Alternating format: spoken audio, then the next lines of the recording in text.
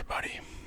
Doing an eating video here, and the usual, a little bit of rambling as well as always. Today I've got sweet Tarts Gummies. This is fruity splits. So you've got cherry, orange, lemon, apple, blue punch, and grape. I've done the ropes before at one point. We've done ropes. I know people have asked about that. I'm pretty sure I did one a while back. They did not have the ropes in. I don't think they did, at least. In Stop and Shop. Kind of excited about these. I like these kind of gummy candies.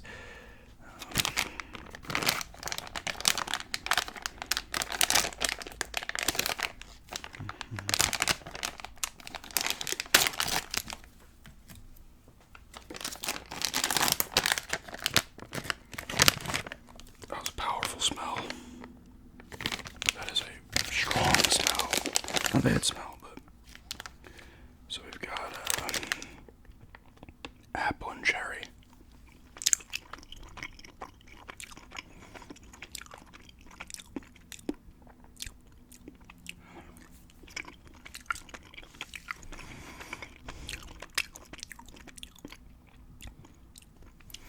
They do taste very close to the actual sweet tart. They look like, the regular ones, the originals.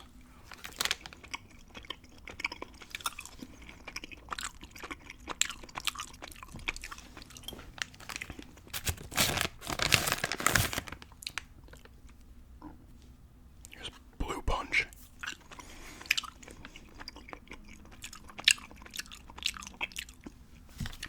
It's funny when I'm eating them, I'm recognizing them from like the actual sweet tarts. They taste almost exactly like the actual sweet tarts, which I would assume they would.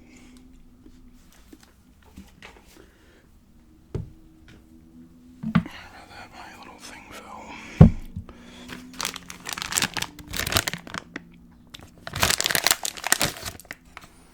Orange.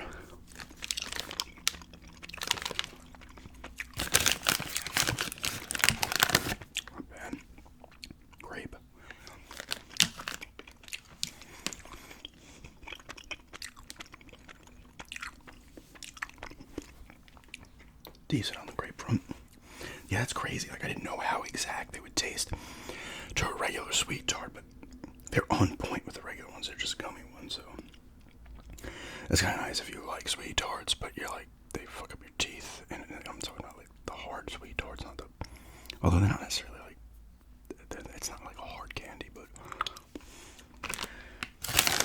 this is a little easier.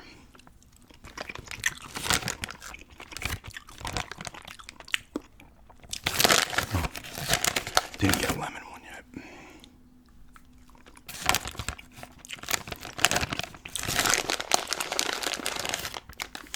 They're all pretty good, I gotta say. Let's do a little blend here of grape and orange.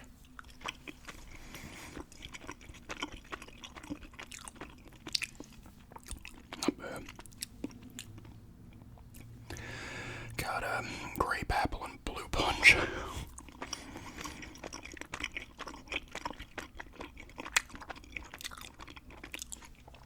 Sweet tarts have a little bit of a unique taste to what they are.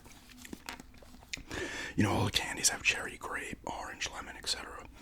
But these ones almost have like a different twist, like not twist, but a different kind of take on those flavors. They taste like those flavors, but it's like a little different.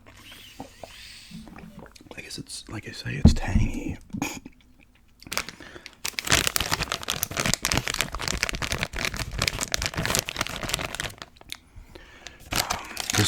I'm filming this Monday night. This will be going up on Tuesday.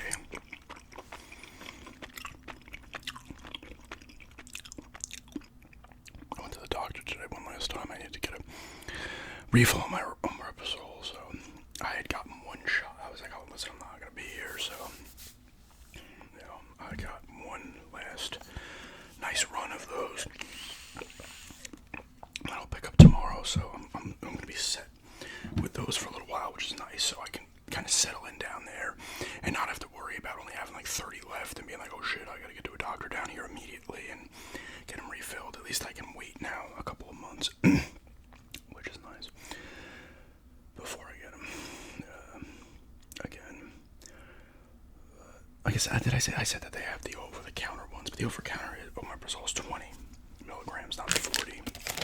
I've taken those in the past when I've had trouble, and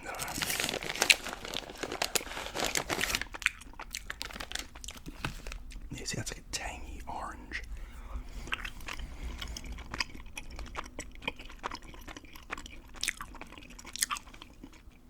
I've taken a couple of those in the past, and they just wouldn't, like when I was getting like bad heartburn, it would just sit and not go away. And usually the omeprazole, I would take it, it goes away, but I'd stop taking it for a bit. And I tried those. 20 milligrams wasn't cutting it. And I had to go back and get a prescription for the 40. These are good. I give these an 8.5 out of 10. They all taste well. They are all tangy.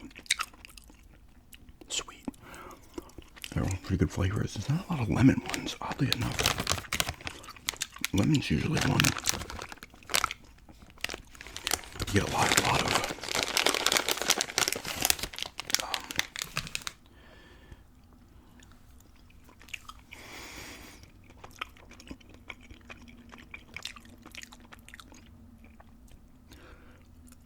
the pod's coming on Saturday, so we're gonna fill that up on Sunday. I'll probably be out of here by, I'm thinking like a Thursday of next week.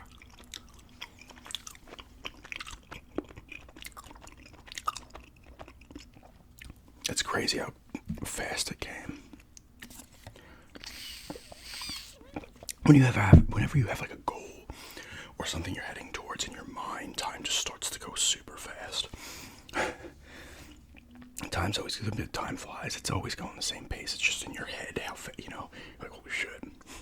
You're not thinking about it, and then the day comes up, and you're like, oh my god, you know, that went so fast because I wasn't thinking about it every day. Yeah, definitely go an 8.5 on these. If you like gummy candies, pick these up. Yeah, see, there you go. One side's sweet, one side's tart. That's why it has that different thing. I should have read that earlier.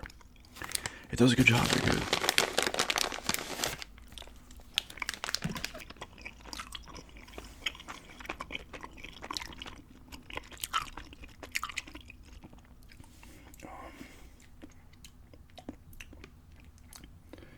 Got some more games too. Well, I'll probably be playing games through maybe like Saturday or maybe Saturday morning, Saturday evening. Then I'll hook the remaining systems that I have, the Xbox One and the PlayStation 5. PS5 is probably coming in the car with us. I don't want to put it in the pod. I'm like, no. The Xbox One can go in the pod. PS5, no, it's the goods. It's staying. My like valuable games I still have here, my coins that are going in the car when we go down. It's funny because I got asked about doing a video with valuable games. I'll probably do that when I get down, when we're down there. I do have some of them here, but some of them are already down there. You know, when we brought stuff down, when we went down, whatever that was, like a month ago. And my fiance had gone down one other time, or two, I don't know. But that's, I'll do that then. I don't have like, the one is, I have to look into like 250 or something, but I have some over hundreds, but I don't have necessarily, I don't have like $500 games, $1,000 games.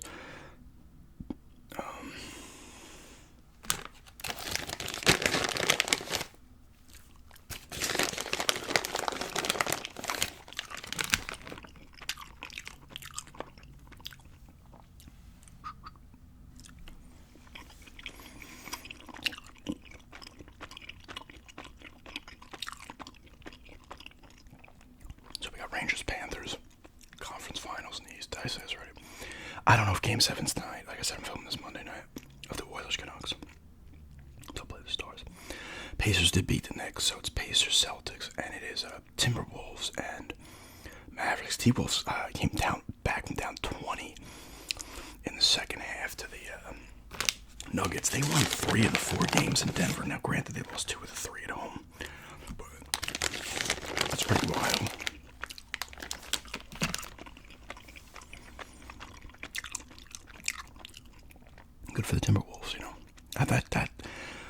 could see that Dallas Timberwolves series going at least six or seven. I can't see that being a 4 or 5 game series, like a short series. I can't see it. Pacers, I mean, the Celtics are playing great. Besides just getting blown out in those game twos, the first 2 series, they dominated both of them. And I don't know if they're going to be able to. Pacers have a solid team. I know the Knicks were banged up, and then the Brunson fractured his hand in like the third quarter or something.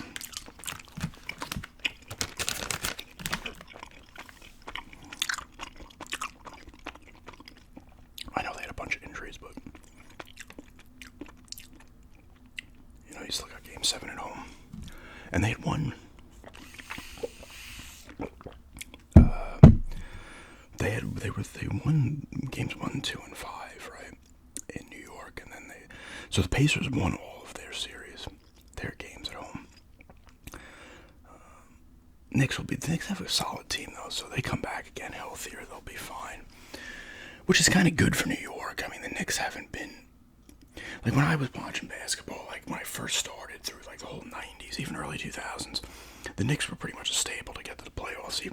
With the Ewing, Charles Oakley, Anthony Mason, John Starks, Doc Rivers might have been on those teams, Greg Anthony, they had a couple guys, Charles Smith, coming in and out. Those were solid teams, and then Larry Johnson popped in when they made the finals, when they played the Spurs. Larry Johnson was on that team. Was Sprewell on that team, too? Because then they had Sprewell, and then they popped Allen Houston and stuff like that. They ended up, they were okay with Carmelo Anthony. I think they went to the second round once. But they haven't done a ton since 2000.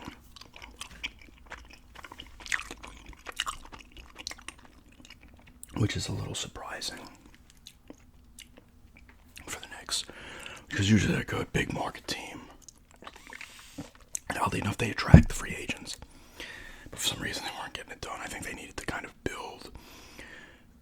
Did they even build through the draft that much? I don't know where. I know Josh Hart came from Portland, and he was somewhere else before Portland. Was Randall an original Knick? I don't think Brunson was, right? Was he original Knick, too? I don't know, like, if they drafted guys, but it seems like like, Brunson did well. He was ripping up in the playoffs. He's kind of their star, I guess, and then they have a bunch of really good players, so I think they'll be in good shape for a bit.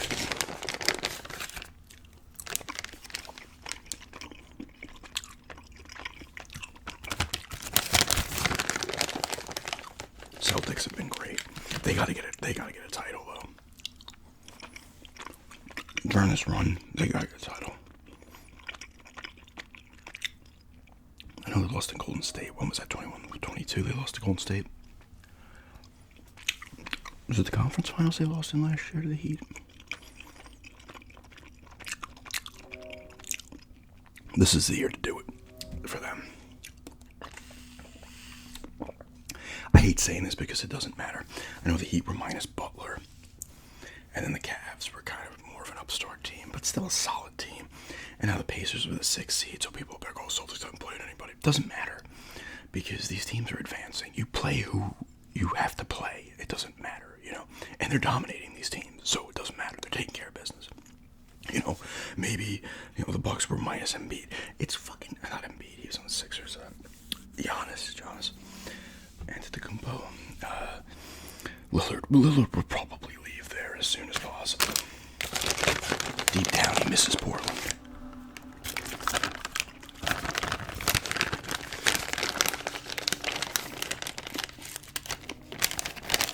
I gotta close this up here. I'm gonna eat all these freaking things.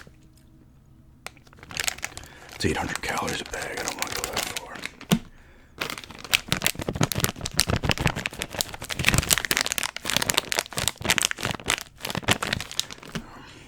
Bunch of grapes.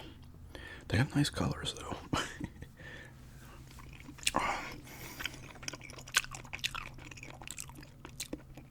These guys in the NBA, the last, 5 years, I feel, maybe a little longer, everybody's hurt, all the time. And you'd think they wouldn't get as hurt.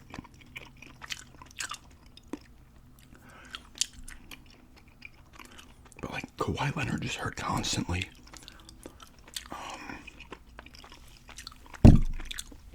Durant will miss time. Some of his is load management. Anthony Davis always has missed time his whole career. But Giannis, Embiid. Dude, Portland's team, I think Portland was holding guys out for a bit, or extending their injuries to try to tank as much as possible, but all it got him was the 7th pick. They do have the Golden State, the 14th as well. But they had no guy, I don't think, played 82 games. Do people even play 82 games anymore? Did Brunson maybe play 82? I don't know. Dudes missed like 30. Like, it's crazy. I know Silver put the thing, you gotta play at least 65 games to get any kind of awards, which you should play at least 65. You're still missing 17 games. I remember back in the day, dudes were always playing it. Hockey especially. Now, guys even hockey are not hitting. A lot still hit 82, but not. Back in the day, dudes were playing 82. Sometimes they played 84 game seasons from time to time, too. I don't know why that was. Like, it would just be like 84 game seasons. Or maybe it wasn't actually 84 game seasons, or did certain guys just play extra games because they were traded and they, I don't know. Because they went to a team that plays less games. But I think they actually had 84 game seasons in the NBA, the NHL from time to time. It's just crazy. But because there's so many, it's like, how are they getting hurt so much? You think they're all these athletes, especially now compared to back in the day, and I'll even say the 90s when they were all in great shape, but they don't have the access to the technology and the way to work out now and shit. These guys should be like playing 100 games, dude. Maybe not when you've been in the league like LeBron 500 years and played in like 10 straight finals. That's understandable. For LeBron, it's understandable, dude. It's fucking put in his time. But some of these other guys, I don't know, whatever. But they're all incredible. It's weird. But anyway, that's just a little bit of a rant.